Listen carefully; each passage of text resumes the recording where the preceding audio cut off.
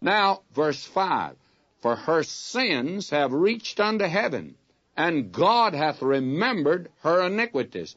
Now, Babylon has a long history of accumulated sins. One of the oldest cities in the history of mankind, and probably mentioned more than any other city in the Bible except Jerusalem. And finally, judgment breaks like a flood upon this city and its system.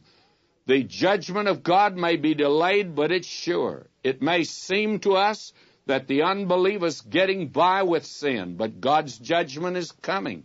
Now, verse 6, render unto her even as she also rendered, and double unto her the double according to her works. In the cup which she mingle unto her double. Now, this is poetic justice.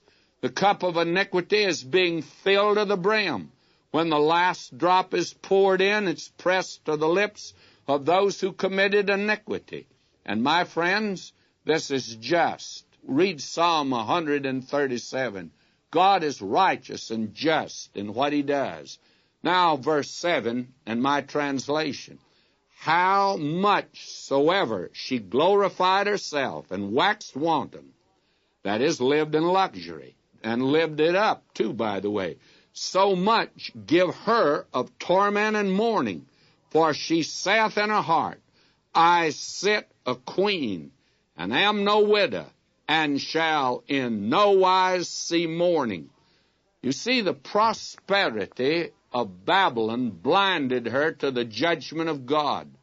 Trading was active on the stock market, and everyone bought blue-chip issues right up to the moment of judgment.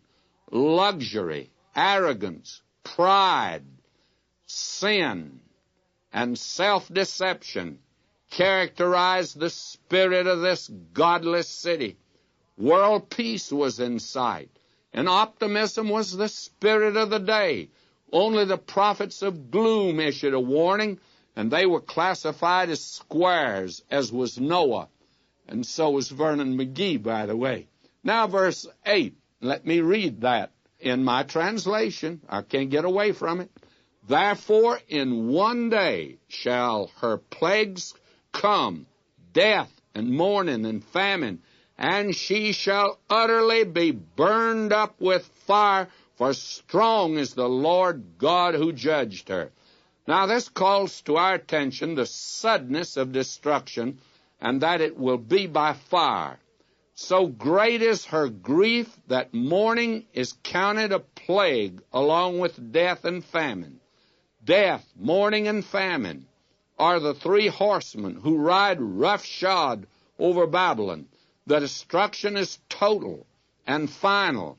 In the Scriptures, this is the first city of prominence, but its long, eventful, and sinful history ends, and it's finally judged here. And strong is the Lord God who judged her.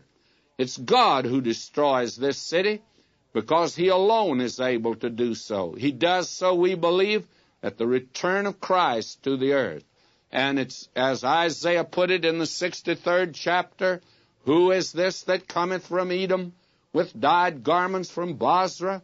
This that is glorious in his apparel, traveling in the greatness of his strength, I that speak in righteousness, mighty to save.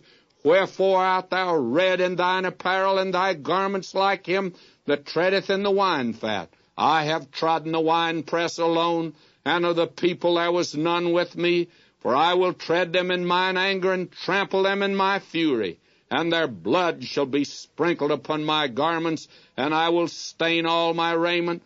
For the day of vengeance is in mine heart, and the year of my redeemed is come. In his second coming, Christ is seen coming from Edom with blood-sprinkled garments. I believe he has come by Babylon, and he's executed judgment on that wicked city. And we are going to see the second coming when we get to the next chapter, the 19th.